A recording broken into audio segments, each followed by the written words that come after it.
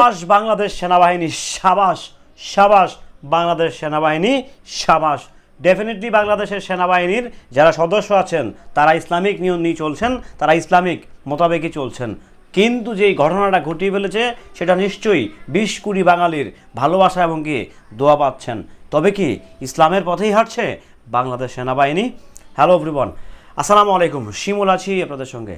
সেনাবাহিনীর নতুন একটা ব্যাটালিয়ন মেবি, সেখানে আমাদের বাংলাদেশের গর্বিত যারা হচ্ছে বাংলাদেশকে নিয়মিত বিভিন্ন দুর্যোগ থেকে শুরু করে বিভিন্ন নানা রকম ক্রিটিক্যাল যে টাইমগুলো থাকে এগুলো থেকে হচ্ছে দেশকে রক্ষা করেন, তখন হচ্ছে দেশের রক্ষা কবচ হিসাবে বাংলাদেশ সেনাবাহিনী কাজ করে থাকেন।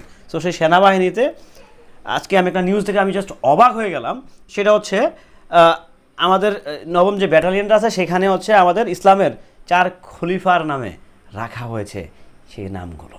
আলহামদুলিল্লাহ, এইটা আসলে ভাই একজন মুসলিম হিসাবে সত্যি এটা অনেক বড় গর্বিত ব্যাপার সেবার। কারণ সেনাবাহিনী তো ডেফিনেটলি বাংলাদেশের স্বার্থ ছাড়া কখনো কাজ করবে না। এই বাহিনীটা আগে থেকেই হচ্ছে তাদের সর্বোচ্চ নীতি নির্ধারক যারা থাকেন তারাও 5 ওয়াক্ত নামাজ কালাম পড়ে, তাদের সিস্টেমটাই হচ্ছে পরিচালনা হয় ইসলামিক নিয়মে কিংবা ইসলামিক অনেকটাই নিয়ম মেনটেন করে। তারা হচ্ছে কোরআন পড়ে, তারা হচ্ছে 5 ওয়াক্ত নামাজ পড়ে, তাদের শিক্ষাটা অন্যরকম, তাদের পতাকাতেও কিন্তু একটা সিম্বল আছে ইসলামের। সো সেই জায়গা থেকে বাংলাদেশ সেনাবাহিনী যে এটা দুর্দান্ত কাজ করেন, ডেফিনেটলি যেটা একটা মুসলিম প্রধান দেশ, সো এখানে ডেফিনেটলি এটাই হওয়া স্বাভাবিক। সো এটা নিয়ে কিন্তু আবার চুলকানি বেড়ে গেছে কয়েকটা দেশের বাবুদের। কেন কেন হচ্ছে আমাদের সেনাবাহিনীর প্রধান জেনারেল ওয়াকার হচ্ছে উনি হচ্ছে কেন হচ্ছে দাঁড়িয়ে রাখলেন? চুলকানি, খুশখুশানি, সারা গায়ে চুলকানি ব্যথা। আমার কথা হচ্ছে আমাদের সেনাপ্রধান কিন্তু মুসলিম, সো উনি দাঁড়িয়ে রাখবে না? উনি কিছুদিন আগে হচ্ছে উমরা করে আসছেন, তিনি হজ করে আসছে। সো ডেফিনেটলি ওনার বয়স আর উনি আর কতদিনই বা বাঁচবেন, কত বছর বা বাঁচবেন? ওনার তো ধর্মকর্ম করতে হবে ভাই, তাই না? আর রাষ্ট্র তো বলে না যে আপনি দাঁড়িয়ে রাখতে পারবেন, রাষ্ট্র কি কোথাও নিষেধাজ্ঞা দিচ্ছে? তাই নাই তো। সে একজন সেনাপ্রধান, সে নেতৃত্ব দিচ্ছে ওই বাহিনীটাকে, টোটাল বাহিনীটাকে সে নেতৃত্ব দিচ্ছে। তো সে কি করবে না সেটা কি আপনাদেরকে বলে করতে হবে, মানে আপনাদেরকে জানিয়ে আপনাদেরকে ইনফর্ম করে করতে হবে? How stupid! মানে এটা আসলে লজ্জাজনক। আসলে যারা এগুলো করতেছেন আপনারা জানেন এগুলো কারা করতেছে। তো যাই হোক, সেদিকে যেতে চাই না। আমাদের বাংলাদেশের সবগুলো বাহিনী আমাদের গর্বের প্রতীক, বাট স্পেশালি অবশ্যই বাংলাদেশ সেনাবাহিনী আমাদের গর্বের ডেফিনেটলি প্রতীক।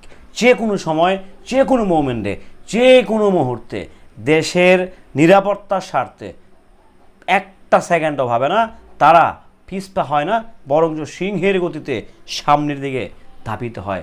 সেটা হচ্ছে আমাদের বাংলাদেশ সেনাবাহিনী। ডেফিনেটলি প্রত্যেকটা বাহিনী দেশের স্বার্থে অবশ্যই তারা চলে আসে, তাদের অর্ডার অ্যান্ড ল মেনটেন করে চলে আসে। বা সেনাবাহিনী কিন্তু অর্ডার অ্যান্ড ল কিন্তু একজনের হাতেই, 3 বাহিনীর প্রধানের হাতেই কিন্তু এটা। সো সব কিছু মিলিয়ে আসলে আমার কাছে মনে হচ্ছে যে না, ওনারা যে কাজটা করেছে বাংলাদেশ সেনাবাহিনী, এটা অবশ্যই যেহেতু মুসলিম প্রধান দেশ, এটা আউটস্ট্যান্ডিং ছিল, এটা দুর্দান্ত ছিল, এটা আমার দেখায় অন দ্য বেস্ট ছিল।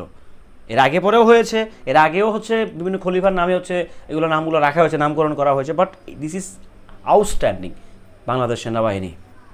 সেলুট আপনাদেরকে। আসলে আপনাদের যারা নীতি নির্ধারক আছেন তাদেরকেও মন থেকে দোয়া, ভালোবাসা। আপনারা এগিয়ে যান, আপনাদের পাশে 20 কোটি জনগণ আছে।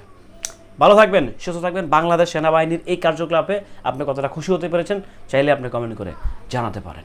ভালো থাকবেন, সুস্থ থাকবেন। আল্লাহ হাফেজ।